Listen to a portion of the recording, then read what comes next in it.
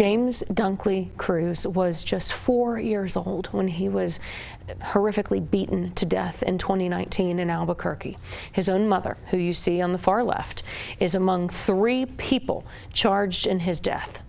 Newly filed court documents allege CYFD workers not only failed to keep James safe, but after his death, they tried to cover it up.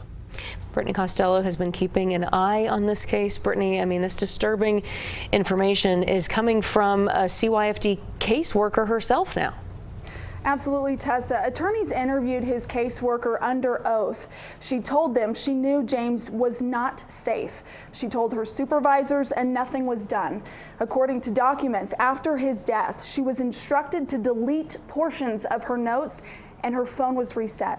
A warning, the details may be tough to hear.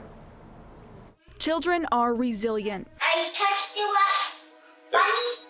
Did you like it? They're fluffy, huh? Yeah. I see them in the morning on the street. Do you ever go try to catch them? Yeah, I try to get a bird in the frog. James Dunklee Cruz seemed to be a shining example of that. Even here, at this urgent care. It was here where CYFD and police were called to in October 2019.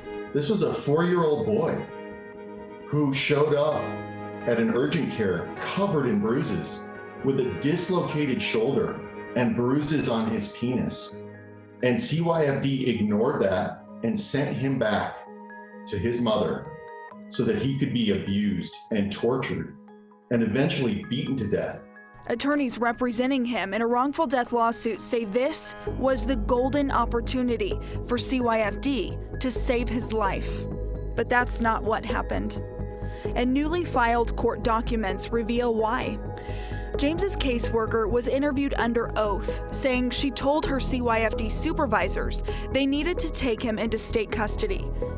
But her supervisor told her to calm down. Why is an investigator begging her superiors, and this is what she said under oath, begging, please take him into custody? Documents say supervisors eventually gave the okay, saying the caseworker would have to find him first. But 52 days later, with no apparent luck, they found him beaten to death. After all that, the investigator told those attorneys under oath she was forced to change and delete portions of her notes. They believe her work phone, filled with evidence, was cleared. CYFD is engaged in a cover-up. They're destroying evidence of their own wrongful acts. They're saying in court they don't have a responsibility to protect this child. It's disgusting. Children are resilient. Again? Who's there?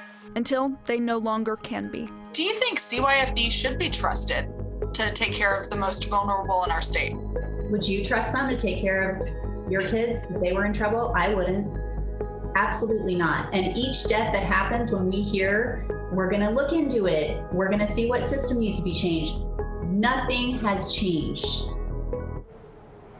We have asked CYFD repeatedly if they've made any improvements or changes to the system as a result of his death. Those questions have yet to be answered. We asked for an on-camera interview. That also did not happen. They did send us a statement saying they will defend against these claims in court. We're also told only one of those supervisors is still with the department. A spokesperson for the Bernalillo County District Attorney's Office sent us this statement saying they have a copy of this amended complaint, which sets forth allegations of potential misconduct by employees of CYFD. The matter is currently under review. We also reached out to the governor's office in charge of that agency. A spokesperson pointed us back to CYFD.